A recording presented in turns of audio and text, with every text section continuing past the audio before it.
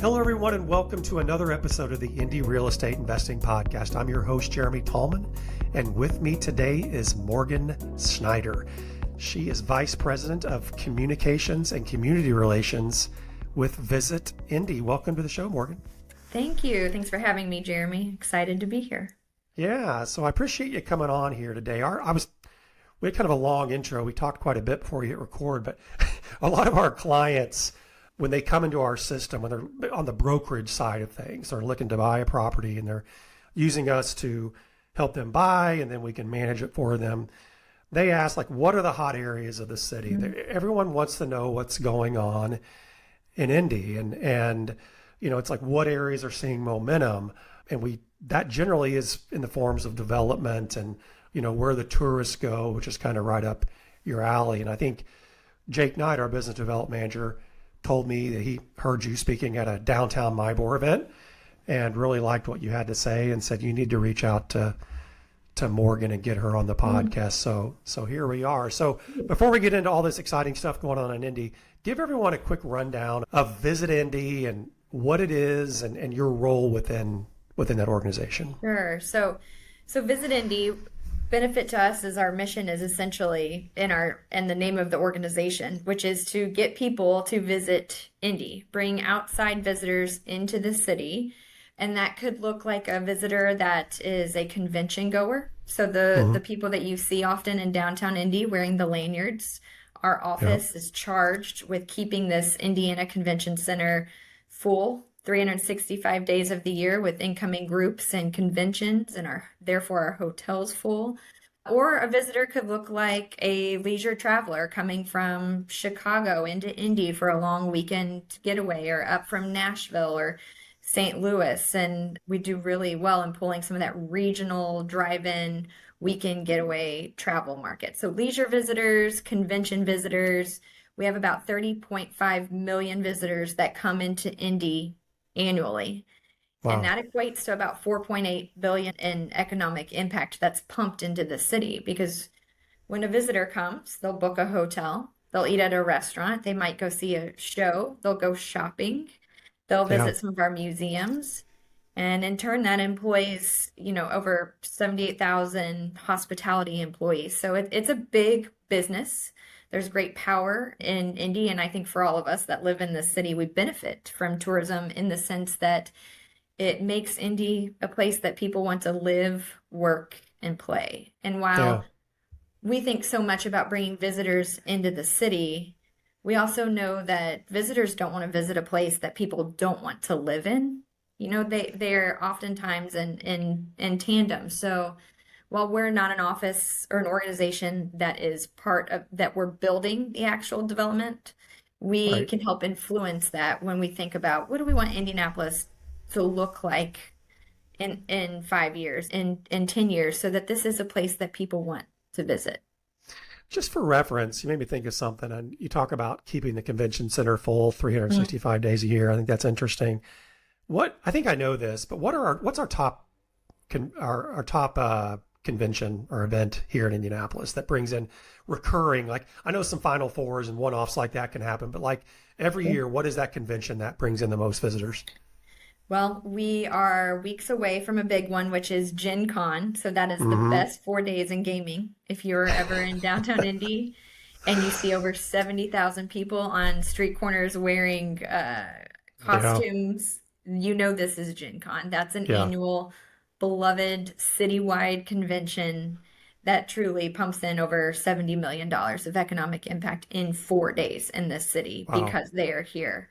We welcome FDIC. We live in a world of acronyms, but that is the International Firefighters Conference that you see here in the city on a repeat basis. PRI, Performance Racing Industry, closes us out usually each year in December, which is the business of motorsports. No better place to host that convention than Indianapolis. So we have a slew of annual conventions that come in. They know Indy. They've been here for years. You've seen NFL Combine on our calendar for over 20 years. So there's repeat conventions, but then beyond the repeat conventions, we need to fill in those gaps, right, with the conferences that move around to different destinations each year.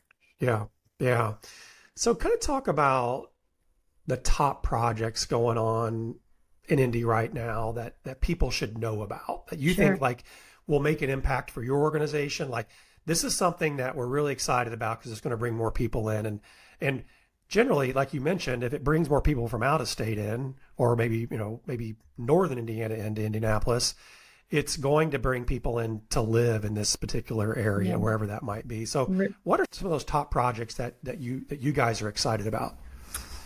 So I've been here for I've been at Visit Indy for 15 years, which Mm, is crazy to say. And in that time, I can't remember a period of time where there have been more cranes in our sky. yeah. Yeah. And that's just a sign of progress. And we are tracking about $3 billion in new tourism infrastructure in the city. That's Wow. also a price tag that I've never seen in the 15 years here of what's going on in Indianapolis. So, Jeremy, the list is long as far as a bunch of new amenities coming on board, new attractions. We just recently celebrated the opening of the Contemporary Art Museum of Indianapolis in Garfield Park, CAMI. You've seen a $60.5 million renovation at the Indianapolis Motor Speedway Museum Hmm. that granted them a spot on Time Magazine's World's Greatest Places list this year. Nice. The Intercontinental Hotel opening up in downtown Indy and taking over a historic building and such a beautiful, important spot in downtown Indianapolis, right on one of the spokes of Monument Circle. So there's already great momentum, but what is about to happen over the next, year to 5 years in this city is quite remarkable. And I think you'll see that in the change of the city skyline. So most immediately, we'll celebrate the opening of the Signia by Hilton Hotel Yeah. downtown. This is an 800-room hotel that will be connected to the Indiana Convention Center, and it will, there'll be great F&B. It'll build out a park-like atmosphere alongside the Georgia Street Promenade downtown, which will also open up this year, that 3-block stretch of more park-like green gathering space in downtown Indy. I think it is going to completely transform our convention package. We will, with Signia by Hilton coming on board at the end of the year, we will be able to really start layering in conventions that we wouldn't necessarily have been able to host and hold capacity-wise, with the ability to market a north end of the campus, convention campus, with a JW Marriott headquartered hotel and that side of the convention center, Mm. and now bookending with another convention that would be on the south end of the campus with a connected headquarter hotel of Signia by Hilton. Yeah. And I think people may not, this is definitely in our wheelhouse and we pay close attention to it, but it's also evening out a little bit of the product between some of the big hotel brands that people are very loyal to in the Marriott properties and the Hilton properties. So Yeah. rate it will be a game changer for us as a tourism destination with this new hotel coming on board at the end of the Georgia Street Promenade of the 3-block stretch downtown connecting the convention center to Gainbridge Fieldhouse. You've heard the announcement of the Ritz-Carlton Hotel coming on board. If you look at the tourism industry, the luxury travel market is the market that is traveling now. These are the people that are spending. And I think between the Intercontinental coming on board, the Ritz-Carlton plans, Indy's moving along nicely and tracking alongside that travel trend.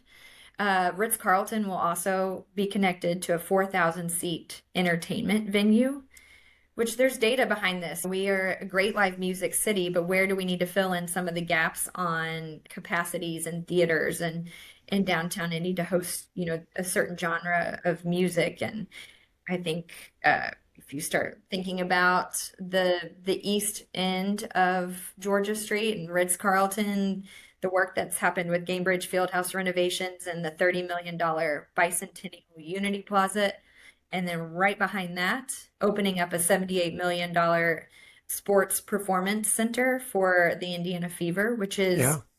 an unprecedented venue in the realm of women's sports. And I think Yeah. what that will bring into the downtown, infusing this new shiny new building that is really holistically thinking about how women can be in a role as a full-time athlete, and from nail salons to childcare facilities, and adding another event space and merchandise opportunities.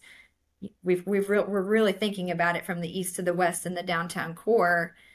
Never mind the 3-block stretch of what's going to come on board with traction yards. And so you've seen malls around the country struggle.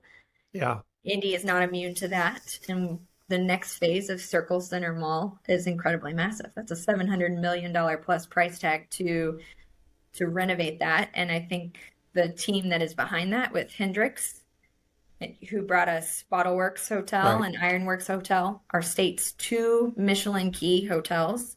There's proof in their ability to put together an incredible, thought out, tied to history, truly unique product in downtown Indy. So if you think about what is all going on in that small footprint of really a 3 to 4 block stretch in downtown Indy, that is a completely new downtown. Yeah, you framed it up really well. I didn't. So the new hotel, the Hilton, is going to be 800 rooms. That's a massive. Just for reference, the JW, which if you've been to Indy, you can't help but see the JW. But how many rooms are in JW? So JW is around 1,000 rooms. Okay, so it's going to be a similar more rooms size at hotel. the JW, but Right. Signia Hilton bringing on a rooftop bar. Yeah. And great F&B and changing the city skyline. There's data. We wouldn't, where Visit Indy can be a part of these conversations and be at the table for what Indy looks like down the road. Hotels are very important, and we track this with our destination vision and research team. Where do we need hotel rooms in the city geographically? How many hotel rooms? If we don't build this, what are we going to miss? We had a lot of the big conventions that are annual saying, we're reaching capacity and we might get to the point where we outgrow Indy. And we did not want to happen because we're growing as a city. So Right. we had the data to back that up, that we needed more hotel rooms in the city. And what was remarkable about Signia by Hilton and really sets us apart from a lot of our competitor cities is the green flag to move forward on the Signia by Hilton happened during the pandemic. Wow. And many cities were not making decisions like that to keep progress happening during those years. And so it's put us a little bit ahead of some of our competitor cities and new product coming on board. Yeah, that's cool. So you kind of answer my next question, but I do know, a few years ago or maybe even more recent than that, there were concerns that Indy's hotel capacity wasn't where it needed to be. I think I may be wrong about this, was the JW built in response to the Super Bowl? Is that or something like that? I don't remember the timing of it, but I know for us to host the Super Bowl, we had to do something, or maybe it's a different event. But yeah. It's a trick question okay. because it was built in time for the Super Bowl, and we needed those rooms for the Super Bowl in order to meet their bid specs. However, we would never build a hotel for one event. And so we needed the data then to support, okay, beyond Super Bowl, we can fill this hotel. And we certainly had the data to move forward on that. Which made I'm sure the Marriott feel comfortable to go in and say, yeah, we're going to invest, a whole lot of money in this. But today, Morgan, how do we look from a capacity standpoint, from a hotel standpoint? Because this does affect like Airbnbs and peripheral areas. Because I think if I'm an Airbnb operator, I'm like, don't build a hotel because you're taking from my clients. But and you may have a different opinion about that, but how are we looking as far as capacity goes for these big events?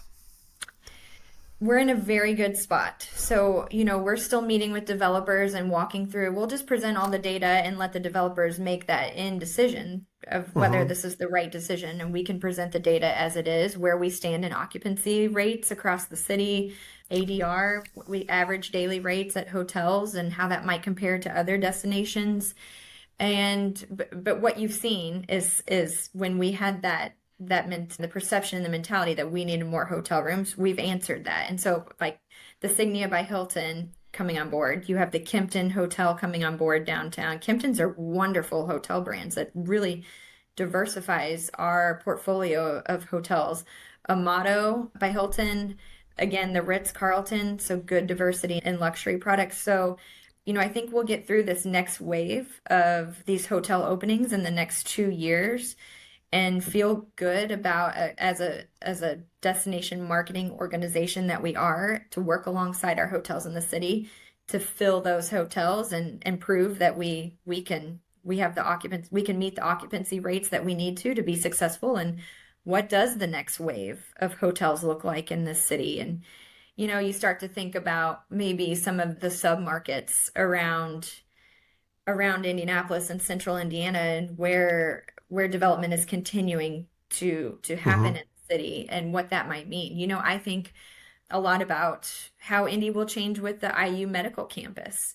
That hotel, if you've seen the build of the hospital along 16th Street, that is a massive new beautiful campus that will drastically change that area. And medical tourism is a component of tourism. And so, thinking through there and the river, that's been, when we talk about this $3 billion in new tourism development and how the city is morphing with development, I think about the 58 miles of White River, that last October 2025, citizens, along with several White River support groups, waved the flag that our river is now testing recreationally clean after more than a decade of working underground to clean our riverways. So not a sexy, cool project like some of the shiny new buildings that we see, but a very important project that now gets us to this point in our city's history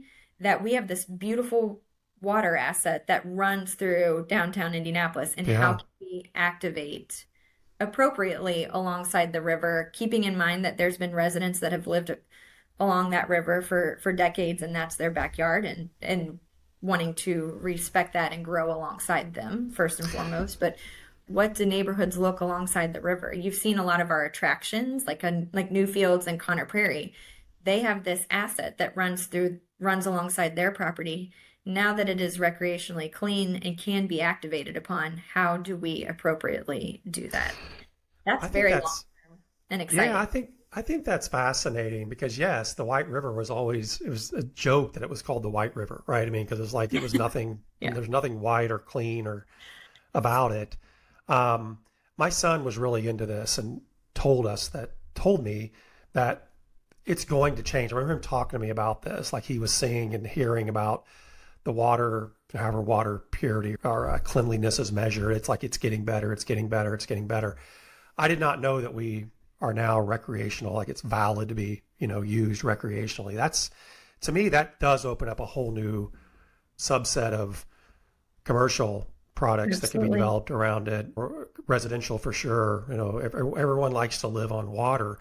No one would want to live on the White River, 7-8 years ago. I don't think it wasn't nearly as attractive, but today it sounds like that's changed. That's super interesting. I didn't know that. I didn't know that they had finally hit that, it's that the benchmark, and that's largest investment in our city's history was to undertake the cleaning of that river. And now that it's done, it's like what's the next phase? And I think the first thing you've seen come out of that is Frank's Paddle Sports livery. So we now have our first ever downtown livery operating on the White River. So you can go and do canoe, kayak, and paddleboard trips along the White River, guided or self-guided. We've done it a couple of times with friends and coworkers, and it's one of my favorite things about Indianapolis is that you are in an urban destination, but you are also 10 to 15 minutes away from feeling like you are in the middle of nature, and the White River provides that experience. It's stunning. That's awesome. That's great to know. So you talked about some of these big headline developments, and there's some big headlines there, but are there any other, like, again, people are looking for like niche, like, what's this specific group of blocks doing, or what's happening? And it doesn't need to be this huge thing, but are there other areas in Indianapolis where you're saying, like, you talked about live, work, play, right? And I think, we there's definitely neighborhoods that encompass that, and that's what draws people into them, and demand increases and prices go up and all that good stuff. But are there any other things you're seeing that like these attractions that like, wow, I didn't know that was even a thing on the east side or north side or south, wherever in Indianapolis? Yeah, I love what's going on in Garfield Park. You know, it's Garfield Park's always been a very interesting and unique neighborhood, Mm-hmm. just right south of the city. I mean, you can be in downtown in 10 minutes if you're a Yeah. Garfield Park neighbor. There's been a lot of retail boom in Garfield Park. The Sunken Gardens just got a $5.5 million renovation. The fountains are back open and the conservatory is gorgeous. The opening of Cami, a full-blown new contemporary art museum campus, a new brewery moving in there, coffee shops, lunch spots. So, and I love what has been done in the neighborhood to keep artists in that neighborhood and not outpricing them. So there's 18 homes that were purchased around the Cami campus to ensure that artists can continue to live in this Mm. neighborhood at affordable rates. And I loved that concept. Yeah. I was just at Elanco's campus yesterday, and if you haven't seen their campus and the new office, you know, on the south side of the river, and but still very much in the downtown core, nobody realizes how close this is to downtown. Their campus is stunning. Gardens, beautiful landscaping, beautiful facilities, and I'm very curious to see how that brings new life into our southwest quadrant Yeah. of downtown, especially with the build of the Henry Street Bridge. And so if you've been in that corner recently, you've seen the massive white rings that are going to go over this bridge and be able to light up at night with blue lights if it's a Colts game, or, you Yeah. know, red for the fever, and how we can change those lights, rainbow for Pride Month. And I think that gateway into the city on the southwest side will be a big game changer for the city, especially because that's going over the river, which we just talked about being a massive, almost new asset, America's newest river city in that corner of Indy. The other thing I'll mention is, you know, we talked about people want to live near water. The other Mm-hmm. thing is our trail system in this city. In April, we just celebrated the launch of Greater Indy Trailways. This is the concerted effort to take our existing trail network as Central Indiana. So this was not just a Marion County thing. This was the counties working together and making sure we could connect all of our major trail systems to be one of America's most connected cities. And we Mm. now can say we have more than 800 miles of connected trailways in central Indiana. Wow. It's all trackable with a GPS sourced new website that can tell you, as a novice trail user to a distinguished trail user, if I want to go from point A to point B, here's how I go on our trail system, and here's what I'm going to see and do along the way. So a brand new asset and amenity in the city, the trailways.com. But I think what might be interesting is if people are looking to move or build businesses along some of these niche neighborhoods, it's like, look at where the trail system has gone. And I think trails are a massive amenity for destinations. And from a Visit Indy perspective, we also know that cycling tourism Yeah. is if people bring their bikes and they board a bike, and that's how they go explore and see cities. And we have great history here with the legend of Major Taylor and the racial barriers he broke in the early Yeah. 1900s, and calling Indianapolis his home. And you see murals across the city for him, and the operating velodrome in Indy still in his honor. The crit, we're on the national crit circuit. Mm-hmm. So, and we're also one of the flattest cities in America. Yeah. So Yeah. That's true. board the bike and go explore via our trails. But trails bring prosperity and vibrancy and growth. And so look at the trails that are coming on board. I think that's super smart as an investor to think about. So it's thetrailways.com. That's what I wrote down. Thetrailways.com. Yes. Okay. Because, you know, there was always the rule of this unwritten rule that if you lived on the Monon Trail or near the Monon Trail, your property values were worth X more. I mean, it was just built in to all, we all knew that because it went right through Broad Ripple. And now it's just expanded both ways, It you know, has. north and south. And then there's all kinds of other trails connecting in with it.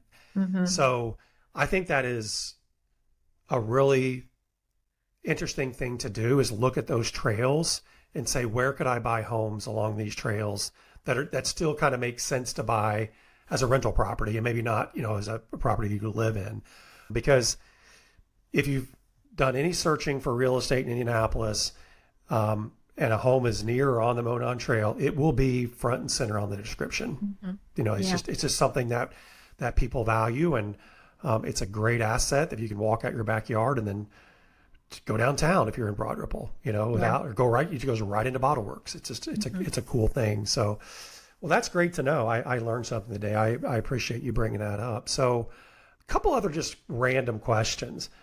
Something I learned about.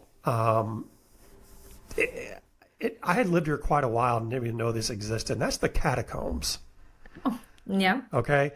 I've never visited them, but this is just underground things that exist in Indianapolis. Talk about them and maybe some things that are going on there. I think that's because Jake had mentioned that to me. I think it's really interesting. Yeah. So the city market is downtown, part of the Market East district, very close to the south side of Mass Ave. And it's like a historic, beautiful building that once housed a food hall most recently. Yeah. I want to say it was March of 2024 where the city market shut down in order to make way for renovations, revitalization. Developers were contracted to really take a deep dive and look at what we could do with this historic asset in downtown Indianapolis and expand the growth that's already taking place in the Market East district. So if you think about it, it's been shut down for a little over 2 years. And most recently it was announced that plans are going to move forward with demolition on the west side of the plaza for the ability to unearth these catacombs. And for those that have been down there and have seen the catacombs, it's a beautiful mystery of what all happened here in history. And, as with stories about how the city used it as a meat storage locker because it was cooler down there. And so storage space, or, I know there's a story in our history where we went through a major blizzard in Indy, and it was used as a place for anybody that was unhoused to be able to go seek shelter down in the catacombs. So it has so many iterations of history in this city, and how do we continue to tell that story through this next renovation project? So Chase Merritt at the helm of helping unearth these catacombs, and you would be able to walk through them as a visitor with pedestrian access through this plaza area, with some of the catacombs still behind what I understand will be glass walls for protection. I think you will see that demolition start to happen sooner than later this year, but with a long timeline still ahead of us of what it will look like, including conversations in the community still to be had about what will happen inside the building with the food hall. What is the next iteration of that? This whole renovation includes activating their alley, which I love this concept, is how can we activate alleys in our city to also be inviting spaces, right? Yeah. And then the next iteration of the big gold building, the tower that you see in downtown, right next to City Market, with the plans for that to be, I believe, about 300 residential units, and that to move forward. But we do still have a timeline. And again, Visit Indy doesn't serve as the authority on the development of City Market, just being able to be in the seat to help tell the story around what could be with City Market to the people that are looking to visit the city in future years or book their conventions in future years, and how that will be a tourism asset. Yeah, that's great. Last question. This is something my wife has been wishing for a long time.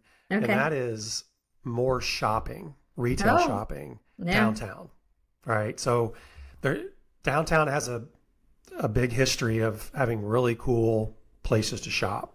Right. And Circle Center Mall now, it used to be a vibrant place to shop and go down and shop.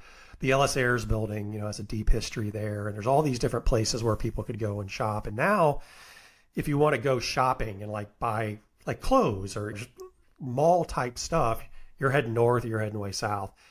I know you don't have a crystal ball. I've asked this question of other people. They don't have answers. I'm curious if you know anything more in the plans for the Circle Center Mall. What, if any, retail developments do you think will go in there? Like a Target, for example, or a PetSmart, things like that, that I think as the downtown population has grown significantly, that we would really could appreciate and use. I'm just curious if you know anything about that. All in the hands of Hendrix, and I know they have their deck where they're actively going out and seeking what the best retail mix is. But with retail being a huge component of what Traction Yards will become. That's great. If you've seen the renderings, they're basically opening up Circle Center Mall and having an open air promenade that will go through the middle of Traction Yards. And with the ability to walk through this promenade, pop in and out of retail, restaurants, just a great mixed use space in downtown. So I would tell your wife that I am in her boat, in her shoes, but I'm excited for the future of shopping in downtown with the plans in place for Traction Yards, not knowing what those exact retail outlets will be, but I have a lot of trust and faith in the team behind that, working to get Indy in a good spot with where Traction Yards will be. And so it's very exciting, but yes, more retail. Yeah, absolutely. It's interesting. Visit Indy, we pay so much attention to when people come into our city, where are they going? Yeah. And we have the ability, just through some of our data sharing and research, just like where inbound travelers, like the cell towers from, outside visitors coming into the city, where they're pinging. And so we track where visitors are in Indy. And Keystone, the fashion mall at Keystone, we have all of these incredible attractions, and they, and Gainbridge Fieldhouse and Lucas Oil Stadium, places you would think would be at the very top of that list for visitors. But the fashion mall in Keystone always breaks that top 10 list of places people. Really? Because it is, and there's not very many thriving malls around, and what the fashion mall has been able to do as a shopping destination. People are going there specifically for the fashion mall is quite incredible, and I hope we can replicate that and bring some of that downtown. That's fascinating. It's not surprising, guys. I try to avoid that mall, but when we go up, it's always busy. It just feels like it's always hard to find a place to park. And I didn't realize that people that came in for, a Colts game or a Final Four or whatever, a convention, that they would go north to shop at the fashion mall. But look, there's good shopping there. And so I understand that. And maybe, I'm sure Hendrix is keenly aware of that data and can try to, like you mentioned, replicate that, because I think that would be a very welcome addition to the downtown area. So, all right. Well, thank you so much for being here, Morgan. It's been learned a lot. It's got me more excited about downtown than ever. There's a lot of cool things going on, and just not downtown, just the other areas, the trail system, the waterways. I think there's a lot of things to be excited about. So there really is. And we often say we are humble Hoosiers, and we don't often brag about our backyard, our city enough to the people that could be potential visitors or potential residents in Indianapolis. And so I always say that is our homework as people that live in the city is invite your friends, talk about Indianapolis. There's really great things happening here, and we should be very excited about that. Yeah. Well, thanks again. Appreciate your time. Thanks, Jeremy. Yeah, we hope everyone has picked up some information that will help them in their investing. We'll be back in 2 weeks with another podcast. Until next time, thank you so much for listening, and please stay invested in your investment.